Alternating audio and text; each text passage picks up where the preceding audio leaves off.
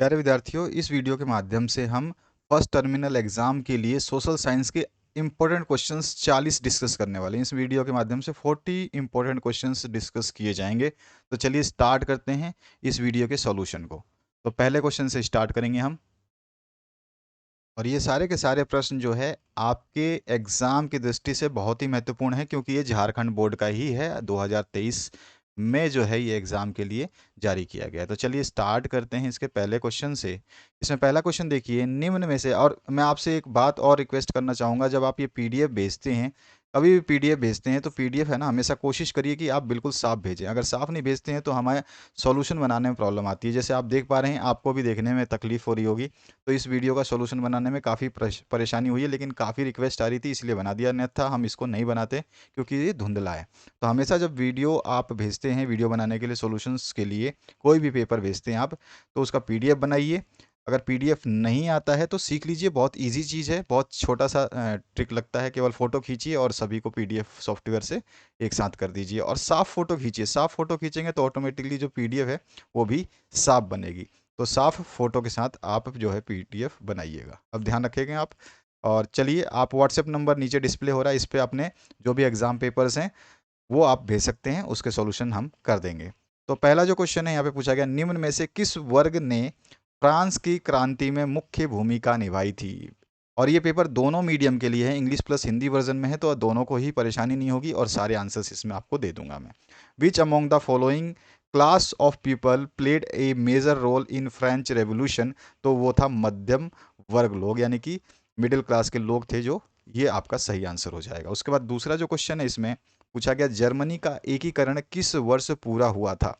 तो जर्मनी का जो एकीकरण था ये आपका पूरा हुआ था, when did the unification of Germany completed. तो ये हुआ था 1871 में। तो यहाँ पर चौथा ऑप्शन जो है आपका करेक्ट हो जाएगा। उसके बाद जो तीसरा प्रश्न है, इसमें पूछा गया, फ्रांस में मानव और नागरिक अधिकारों की घोषणा किस सभा ने की थी। Which assembly in France made proclamations about human and civil rights. तो ये विधानसभा थी, कॉन्स्टिट्यूशन असेंबली थी। तो फोर्थ ऑप्शन जो है आपका करेक्ट हो जाएगा। चौथा जो क्वेश्चन है, इसमें पूछा गया है, 1861 ईस्वी में संयुक्त इटली का शासक कौन था। Who became the ruler of unified Italy in 1861। तो 1861 में विक्टर एम्यूनुअल थे। तो यहाँ पर थर्ड ऑप्शन जो है आपका करेक्ट हो जाएगा। इसके बाद आते हैं हम नेक्स्ट जो आपका क्वेश्चन है, क्वेश्चन नंबर 5 पे, इटली को रोम किस युद्ध के बाद मिला था। Italy got Rome after which war. तो यहाँ पे आ जाएगा फोर्थ ऑप्शन, सार्डिनिया ऑस्ट्रेरिया युद्ध, यानी सार्डिनिया ऑस्ट्रेरिया वॉर। फोर्थ नंबर जो ऑप्शन है ये करेक्ट हो जाएगा। आते हैं आपके नेक्स्ट क्वेश्चन की तरफ। अब इसमें क्या पूछा गया आपसे, इसमें पूछा गया, इंडो चाइना में कौन से 3 देश शामिल थे। तो यहाँ पर इंडो चाइना में कौन से 3 देश शामिल थे, तो क्या आंसर हो जाएगा आपका। तो इसका राइट आंसर हो जाएगा हमारा वियतनाम, लाओस और कंबोडिया। ठीक है, Vietnam, Laos and Cambodia, second option जो है यहाँ पे करेक्ट हो जाएगा। इसके बाद जो नेक्स्ट क्वेश्चन है उसकी बात करते हैं, क्वेश्चन नंबर आपका 7।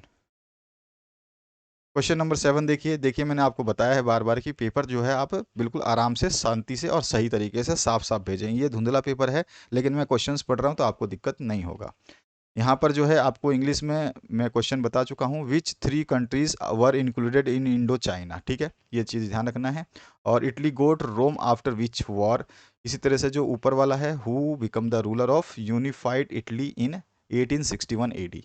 तो इस तरह से ये है आपके क्वेश्चंस। अब यहाँ पे आते हैं, यहाँ पे साइगन नेटिव गर्ल्स स्कूल में आंदोलन किस वर्ष हुआ। When did the protest erupt in Saigon native girls school. तो नेटिव गर्ल्स स्कूल जो था साइगन का, उसमें कब हुआ था, ये आपसे पूछा गया है। तो इसका जो राइट आंसर हो जाएगा वो हो जाएगा 1926। थर्ड ऑप्शन जो है इसमें करेक्ट हो जाएगा, 1926, 1926। आठवां क्वेश्चन है, रोलेक्ट एक्ट कब पारित हुआ था। When was रोलेक्ट act was passed. तो इसका आंसर हो जाएगा आपका 1919 में, 1990 में ये पास हुआ था, आपको अच्छी तरह से पता है। नवा क्वेश्चन है, भारत छोड़ो आंदोलन कब शुरू हुआ। When did the quit India movement start. तो ये हमारा स्टार्ट हुआ था आपका अगस्त में। ठीक है, 1942 में हुआ था, लेकिन अगस्त में, ध्यान रखना 1942 तो सभी जगह ऑप्शंस में है, लेकिन हुआ कब था, अगस्त में। तो यहाँ फोर्थ ऑप्शन जो है आपका करेक्ट हो जाएगा। एनी बेसेंट ने होम रूल लीग की स्थापना कब की थी? 10th वाला जो क्वेश्चन है इसमें सीधा सीधा पूछा गया है, when did Annie Besant establish the home rule league? तो होम रूल लीग की स्थापना उन्होंने की थी 1916 एडी में। तो यहाँ पर जो है आपका सेकंड ऑप्शन जो है करेक्ट हो जाएगा। इसके बाद आपका 11वां क्वेश्चन है, लो अयस्क निम्न में से किस प्रकार का संसाधन है? Iron ore is among which kind of following resources? तो ये हो जाएगा आपका राइट ऑप्शन में अनवीनीकरण योग्य, नॉन रीन्यूएबल। तो यहाँ पर थर्ड ऑप्शन जो है करेक्ट हो जाएगा। इसके बाद 12वां जो क्वेश्चन है, ज्वारीय ऊर्जा किस प्रकार का संसाधन है? विच kind of resource tidal energy is? तो टाइडल एनर्जी जो है होती है पुनः पूर्ति योग्य, ठीक है। तो इसको भी हम बोल सकते हैं रिन्यूएबल एनर्जी सोर्सेज या रिप्लेसनेबल। तो यहाँ पर जो फर्स्ट ऑप्शन है आपका करेक्ट हो जाएगा टाइडल एनर्जी के बारे में। अब इसके बाद में 13 नंबर क्वेश्चन की बात करते हैं, निम्न में से किस राज्य में काली मृदा पाई जाती है? तो यहाँ जो ऑप्शंस हैं, इन ऑप्शंस के हिसाब से black soil is found in which among the following state? तो यहाँ पर ऑप्शन जो है क्या है आपका? गुजरात बेस्ट है, सबसे बेस्ट। तो यहाँ पर आपका गुजरात आंसर जो है सही हो जाएगा। लेकिन अगर इसमें महाराष्ट्र होता तो सबसे पहले आप महाराष्ट्र को टिक करते, तो अभी महाराष्ट्र नहीं है तो गुजरात आपका सेकंड नंबर पे, ठीक है। इसके बाद में आपका नेक्स्ट जो क्वेश्चन है, भारतीय वन्य जीव अधिनियम कब लागू किया गया? When was wild life protection act implemented? तो ये कब लागू किया गया था? तो आंसर हो जाएगा इसका 1972 एडी में। तो यहाँ पे थर्ड ऑप्शन जो है हमारा करेक्ट हो जाएगा। इसके बाद जो नेक्स्ट क्वेश्चन है आपका, भारत में टाइगर प्रोजेक्ट की शुरुआत किस वर्ष की गई? तो यहाँ पर सीधा सीधा पूछा गया, in which year the tiger project was started in India? तो ये हुआ था 1973 में। तो यहाँ फोर्थ ऑप्शन जो है आपका करेक्ट हो जाएगा।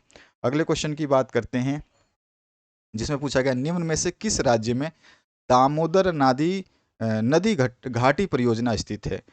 The Damodar valley corporation is situated in which among the following state? तो यहाँ पर तो सीधा सीधा है हमारा आंसर झारखंड, ठीक है। इसके बाद 17 नंबर क्वेश्चन है, भारत में बहुउद्देशीय नदी घाटी परियोजना का मुख्य उद्देश्य क्या है?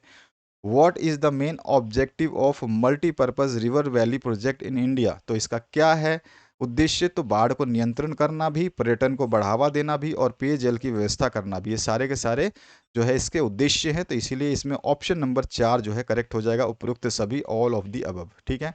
इसके बाद आते हैं क्वेश्चन नंबर 18 पे। क्वेश्चन नंबर 18 में है, नर्मदा बचाओ आंदोलन की शुरुआत निम्न में से किसके द्वारा की गई थी? Who among the following started Narmada बचाओ आंदोलन? सेव नर्मदा मूवमेंट किसके द्वारा? तो आपको सभी को अच्छी तरह से याद होना चाहिए, और मेरे क्वेश्चन के आंसर बताने से पहले आप खुद सोच लिया करो कि इसका आंसर क्या होना चाहिए। वीडियो को पॉज करें, आराम से एक बार क्वेश्चन को पढ़े, उसके बाद खुद अपना आंसर आइडियली टिक करें या आइडियली सोचे कि ये ऑप्शन या बी ऑप्शन या सी ऑप्शन होगा, और मैं बताऊंगा उससे मैच कर लें। तो यहाँ पे आंसर हो जाएगा थर्ड ऑप्शन, मेधा पाटेकर, ठीक है। तो यहाँ पर जो है आपका 18वें में जो नर्मदा बचाओ आंदोलन था, सेव नर्मदा मूवमेंट, जो वो मेधा पाटेकर का था, ठीक है। तो 18 नंबर का आंसर थर्ड ऑप्शन। 19 नंबर में, निम्न में से किस राज्य में सीढ़ीदार खेती की जाती है? सीढ़ीदार खेती जहाँ पे भी की जाएगी वो सारे के सारे पर्वतीय इलाके होंगे। तो आपका उत्तराखंड यहाँ पे ऑप्शन में दिखाई दे रहा है। अगर इसकी जगह हिमाचल होता तो हिमाचल भी आ जाता। तो उत्तराखंड में हमारे सीढ़ीदार खेती की जाती है। तो यहाँ पर जो थर्ड ऑप्शन जो है करेक्ट हो जाएगा। यहाँ पे terrace farming is undertaken in which among the following state? तो Uttarakhand is the right answer. 20 number question की बात करें तो यहाँ पे पूछेगा, Chipko movement is associated with which among the following? Chipko आंदोलन निम्न में से किससे संबंधित था? तो चिपको आंदोलन जो है जंगल के संरक्षण से या वन संरक्षण से संबंधित था। तो यहाँ पे वनों की कटाई रोकने के लिए। तो थर्ड ऑप्शन जो है आपका करेक्ट हो जाएगा, स्टॉपिंग डिफोरेस्टेशन। इसके बाद आते हैं हम 21 नंबर क्वेश्चन पे। 21 नंबर में है, श्रीलंका किस वर्ष स्वतंत्र हुआ? Sri Lanka got independence in which year? तो इसका आंसर क्या हो जाएगा हमारा 1948 एडी, ठीक है, 1948 में। इसके बाद 22वां जो क्वेश्चन है, इसमें पूछा क्या गया है आपसे, श्रीलंका में कितने प्रतिशत लोग सिंगली भाषी हैं? What percentage of Sri Lankans speak Sinhala? Sinhala की सबसे ज़्यादा भाषा बोली जाती है श्रीलंका में। तो सबसे ज़्यादा यहाँ परसेंटेज आपको दिखाई दे रहा है 74 है, ये नियरली 75 या 74 पॉइंट समथिंग होता है। तो 74 इज द एग्रीगेट, यहाँ पे ऑप्शन बिल्कुल सही है। इसके बाद आपका 23 नंबर जो क्वेश्चन है, इसमें पूछेगा, निम्न में से कौन सा विभाजन सत्ता का क्षैतिज विभाजन है? यानी कि विच among the following division is horizontal division of power? तो इसमें विधायिका, नगर कार्यपालिका और न्यायपालिका शामिल होती हैं। तो इसमें फर्स्ट ऑप्शन बिल्कुल सही है आपका। इसमें लेजिस्लेचर और एग्जीक्यूटिव एंड जुडिशरी असेंबलीज जो है ये आपके शामिल होती हैं। तो यहाँ पे आपका ये ऑप्शन हो जाएगा फर्स्ट ऑप्शन करेक्ट। अब 24 नंबर जो क्वेश्चन है उसको देखते हैं। बेल्जियम में कौन सी भाषा सबसे ज़्यादा बोली जाती है? Which language is spoken the most in the Belgium? तो बेल्जियम में सबसे ज़्यादा भाषा जो बोली जाती है वो है डच भाषा। तो यहाँ पे सेकंड ऑप्शन जो है करेक्ट हो जाएगा। 25 नंबर क्वेश्चन पे आते हैं हम। 40 के 40 क्वेश्चन आराम से देखेंगे इसमें। भारतीय संघ में कितने राज्य एवं केंद्र शासित प्रदेश हैं? तो भारतीय संघ में जो है 28 राज्य और 8 केंद्र शासित प्रदेश हैं। How many states and union territories are there in India? Union, Indian union. तो यहाँ पर आ जाएगा थर्ड ऑप्शन 28 राज्य, 28 स्टेट एंड 8 यूनियन टेरिटरीज। तो 8 केंद्र शासित प्रदेश हैं। तो थर्ड ऑप्शन जो है आपका करेक्ट हो जाएगा। इसके बाद आपका नेक्स्ट पार्ट है, इसमें क्या पूछा गया है? भारत की पंचायती राज व्यवस्था किस संविधान संशोधन पर आधारित है? तो यहाँ पर जो हमारा आंसर हो जाएगा 73वें संविधान संशोधन पे। तो 73rd, ठीक है। India's Panchayati Raj system is based on which constitutional amendment? तो ये 73rd अमेंडमेंट हुआ था जिसमें पंचायती राज की घोषणा हुई थी। और 27 नंबर जो क्वेश्चन है, भारतीय संविधान द्वारा कितनी भाषाओं को मान्यता दी गई है? तो भारतीय संविधान द्वारा टोटल 22 भाषाओं को मान्यता दी गई है। Indian constitution recognises how many languages? तो 22 जो है इसका राइट आंसर हो जाएगा। 28 नंबर जो क्वेश्चन है इस पे आते हैं हम। 28 में पूछा गया है संविधान की 8वीं अनुसूची में झारखंड की कौन सी भाषा शामिल है? तो संथाली भाषा जो है शामिल है। सेकंड ऑप्शन जो है करेक्ट हो जाएगा। Which language of Jharkhand is included in 8th schedule of constitution? ठीक है, तो यहाँ पर सेकंड नंबर जो ऑप्शन करेक्ट हो जाएगा। इसके बाद 29th नंबर जो क्वेश्चन है इसमें पूछेगा शिक्षा किस सूची में शामिल है? तो शिक्षा यानी कि education is mentioned in which list? तो समवर्ती सूची में इसको लागू किया गया है, यानी कॉन्करेंट लिस्ट में। तो थर्ड ऑप्शन जो है आपका करेक्ट हो जाएगा। इसके बाद आते हैं 30 नंबर क्वेश्चन पे। सत्ता की साझेदारी के संबंध में निम्न में से कौन सा कथन असत्य है? असत्य कथन पूछा है। पहला कथन देखिए, सत्ता की साझेदारी लोकतंत्र के लिए लाभकारी है। बिल्कुल, ये जो है सही है। इसमें सामाजिक समूहों में टकराव का अंदेशा घटता है, तो ये भी सही है। यह अस्थिरता और आपसी फूट को बढ़ाती है, ये इसमें गलत है। सत्ता में लोगों की भागीदारी बढ़ती है, ये सही है। तो इसमें क्या पूछा है हमसे? असत्य पूछा है। असत्य कौन सा निकला? जिसको मैंने क्रॉस किया। क्रॉस कौन सा किया? थर्ड वाला। तो यहाँ पर जो है in relation to power sharing which among the following is not true? तो यहाँ पे आंसर आ जाएगा यह अस्थिरता और आपसी फूट को बढ़ाती है।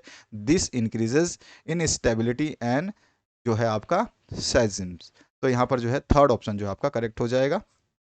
इसके बाद में नेक्स्ट जो क्वेश्चन है आपका 31 नंबर, तो उसको देखते हैं। 31 में आपसे क्या पूछा गया? हम किसी देश की प्रति व्यक्ति आय की गणना कैसे कर सकते हैं? तो हमें अच्छी तरह से पता है, हमने तो बहुत पहले भी पढ़ा थ्योरी के माध्यम से भी, कि प्रति व्यक्ति आय की गणना करने के लिए उस देश की कुल जनसंख्या, उस क्षेत्र की कुल जनसंख्या में जो है उस देश की कुल आय में जो है जनसंख्या का भाग दे देते हैं। तो यहाँ पर देखते हैं, देश की कुल आय से नहीं कर सकते, देश की कुल निर्यात से नहीं कर सकते हैं, और ऑप्शन देखते हैं। तो यहाँ पे बोला इसने देश की कुल आय को कुल जनसंख्या से भाग देकर। यहाँ पे मिटा हुआ हल्का हल्का है, मैंने आपको बताया कि पीडीएफ थोड़ा ध्यान से भेजा करिए। पीडीएफ अगर आप साफ नहीं भेजते हैं तो हमें बहुत समस्याएं आती हैं। तो आंसर जो हो जाएगा आपका देश की कुल आय को कुल जनसंख्या से भाग दे करके। तो how can we calculate the per capita income of any country? तो by dividing total population to the gross income of the country. तो थर्ड ऑप्शन जो है इसमें करेक्ट हो जाएगा। इसके बाद 32 नंबर क्वेश्चन पे आते हैं। सतत विकास का उद्देश्य है। व्हाट इज द ऑब्जेक्टिव या object of sustainable development? Sustainable development का आपको जो है बताना है ऑब्जेक्टिव क्या है। तो यहाँ पर जो है सीधा सीधा आ जाएगा वर्तमान एवं आने वाली पीढ़ी दोनों के लिए विकास करना, यानी development for both current and future generations. तो यहाँ पे कौन सा ऑप्शन आ जाएगा आपका? थर्ड ऑप्शन जो है करेक्ट हो जाएगा। देख सकते हैं आप कितना धुंधला पेपर है, फिर भी मैं आपको रीड करके बता रहा हूँ। क्वेश्चन नंबर 33 जो है इसको देखिए। निम्न में से कौन सा क्षेत्रक सेवा क्षेत्रक कहा जाता है? तो सेवा क्षेत्रक हमेशा तृतीयक क्षेत्रक कहा जाता है। Among the following sector is called service sector. तो सर्विस सेक्टर जो है टर्टियरी सेक्टर होता है, तृतीयक क्षेत्रक। ध्यान रखना है। तो थर्ड ऑप्शन जो इसमें करेक्ट हो जाएगा। निम्न में से किस राज्य की साक्षरता दर सबसे ज़्यादा है? यहाँ पे ऑप्शन है बिहार, झारखंड, मध्य प्रदेश और केरल। तो केरल सबसे ज़्यादा साक्षर राज्यों में माना जाता है, अभी से नहीं बहुत पहले से। ठीक है, तो यहाँ पे केरल जो है इसका राइट आंसर हो जाएगा। विच among the following state has highest literacy rate. अब इसके बाद में आपका 35 नंबर क्वेश्चन पे आते हैं। 35 नंबर में आपसे लोगों के विकास के लक्ष्य खालिस्तान होते हैं, people's goals of development are dash. तो यहाँ पर जो है आपका आंसर क्या हो जाएगा? तो सभी के समान तो हो, सभी देखो लोगों के विकास के लक्ष्य समान नहीं होते और अनचेंज्ड नहीं होते, अपरिवर्तित नहीं होते, मतलब कि वो परिवर्तित होते रहते हैं। विकास के लक्ष्य जो है वो चेंज होते रहते हैं। और यहाँ पर एक और ऑप्शन दिया है, भिन्न या परस्पर विरोधी हो सकते हैं, डिफरेंट और कॉन्फ्लिक्ट हो सकते हैं। ठीक है, तो यहाँ पर सेकंड ऑप्शन जो करेक्ट हो जाएगा, people's goals of development are different और कॉन्फ्लिक्ट्स। ठीक है, तो ध्यान रखना है। उसके बाद 36 नंबर जो क्वेश्चन है, राष्ट्रीय ग्रामीण रोजगार गारंटी अधिनियम किस वर्ष लागू हुआ? तो इसका सही आंसर हो जाएगा 2006 में। The national rural employment guarantee act was implemented in which year? जिसको हम नरेगा भी बोलते हैं, NREGA, नरेगा जो है 2006 में लागू किया गया। इसके बाद में 37 नंबर जो क्वेश्चन है इसमें पूछा गया है, UNDP के अनुसार किसी देश के विकास को आंकड़े का आधार निम्न में से कौन सा है? तो देखिए, UNDP के अनुसार जो किसी भी देश का विकास का आंकड़ा अगर आंकता है, जो किसी भी देश के विकास को अगर आंकता है, मेजर करता है, which among the following is the basis of measuring the development of country as per the UNDP? तो UNDP जो है उसमें शिक्षा भी शामिल करता है, प्रति व्यक्ति आय भी शामिल करता है और शिक्षा भी शामिल करता है। तो यहाँ पे प्रति आय भी शामिल होगा, शिक्षा का स्तर भी शामिल होगा और स्वास्थ्य भी शामिल होगा, ये तीनों चीज़ें शामिल होंगे, ध्यान रखना है। तो इसलिए हमारा आंसर हो जाएगा उपरोक्त सभी, यानी कि डी ऑप्शन, यानी फोर्थ ऑप्शन जो करेक्ट हो जाएगा। इसके बाद 38 नंबर पे आते हैं। 38 नंबर में पूछा क्या गया है, मछली पालन निम्न में से किस क्षेत्र के अंतर्गत आता है? सभी को अच्छी तरह से पता होगा कि जो आपका pisciculture comes under which among the following sector? तो यहाँ पे आपका पेसिकल्चर जो होता है ये प्राथमिक क्षेत्र में आता है। जो भी गतिविधियाँ डायरेक्ट हमें प्रकृति से मिलती हैं, जिसके लिए हमें कोई मेहनत नहीं करनी पड़ती और प्रकृति में वो विद्यमान है, वो सारे के सारे प्राइमरी सेक्टर में आते हैं। ठीक है, तो ध्यान रखना है। जैसे फसल है, तो फसल तो केवल आप एक बार क्या है बीज डाल देते हो, उसके बाद वो उगती है। तो फसल या खेती जो है ये भी प्राइमरी सेक्टर में आती है, जो पृथ्वी से ही मिलती है। मछली है, वन है, ये सारे के सारे जो चीज़ें हैं, पशुपालन है, ये सारे प्रकृति से ही हमें मिलती हैं, तो ये प्राइमरी क्षेत्रक में आते हैं। 39 नंबर जो क्वेश्चन है इसमें पूछा गया, सार्वजनिक एवं निजी क्षेत्रक किस आधार पर विभाजित है?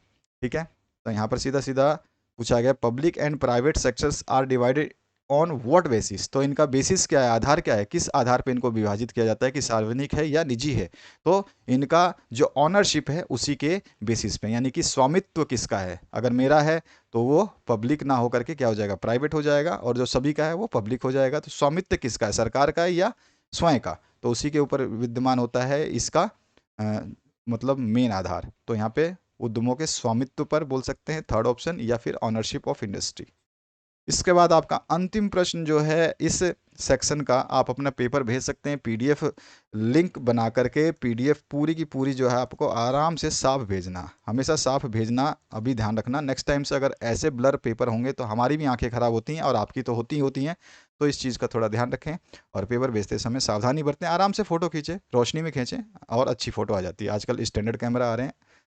तो यहाँ पर जो है प्रच्छन्न बेरोजगारी, प्रच्छन्न बेरोजगारी का मतलब ऐसी स्थिति से है जहां लोग क्या होते हैं, यहाँ पे ऑप्शंस दिए गए हैं। तो disguised unemployment is a situation where persons are persons are employed but productivity is zero. यानी कि प्रच्छन्न बेरोजगारी का मतलब ऐसी स्थिति से है जहां लोग नियोजित तो हैं लेकिन उत्पादकता उनकी शून्य है, उत्पादकता उनकी शून्य है। ठीक है, तो यहाँ पर थर्ड ऑप्शन जो है करेक्ट हो जाएगा। डिस्क्रिप्शन बॉक्स में प्लेलिस्ट है, उस प्लेलिस्ट को जरूर देखना, जितने भी आपके लिए इंपॉर्टेंट क्वेश्चंस दिए जा रहे हैं उनको जरूर पढ़ें। अच्छा, साइंस का मैंने MCQ दे दिया था, आपका जो साइंस है इसके 100 MCQ मैंने करा दिए हैं। तो आप 100% वाला जो है वीडियो ज़रूर देख लेना, फ़ायदे में रहेंगे आप। बाकी आपकी मर्जी है, बहुत नए नए क्वेश्चंस इस बार उसमें डाले गए हैं जो आपने शायद ही पढ़े होंगे। बहुत सारे नए क्वेश्चंस हैं, 100 क्वेश्चंस की सीरीज़ है, उसको ज़रूर देख लेना। ये SST आपने देखा, SST के 40 क्वेश्चंस मैंने बताए जो अभी आपके स्कूल में लिए गए हैं एग्ज़ाम और जो बोर्ड के द्वारा थोड़े से जारी किए गए हैं, और भी जो आपके सब्जेक्ट्स हैं वो जैसे ही हमारे पास पीडीएफ आती है तो उनके भी सॉल्यूशंस हम बना देंगे। आशा करता हूँ इस वीडियो से आप लोगों ने बहुत कुछ सीखा होगा, अच्छी तरीके से समझा होगा। अच्छा पेपर था ये, ऐसा नहीं कहेंगे कि कुछ नहीं था, बहुत कुछ नया इसमें भी है। और ऐसे अगर साइंस का आपने वीडियो नहीं देखा है तो साइंस का ज़रूर देख लेना, उसमें 100 क्वेश्चंस दिए गए हैं, 100 एमसीक्यू। ठीक है, वो एमसीक्यू बहुत ही इंपॉर्टेंट रहने वाले हैं। Thank you very much, have a good day.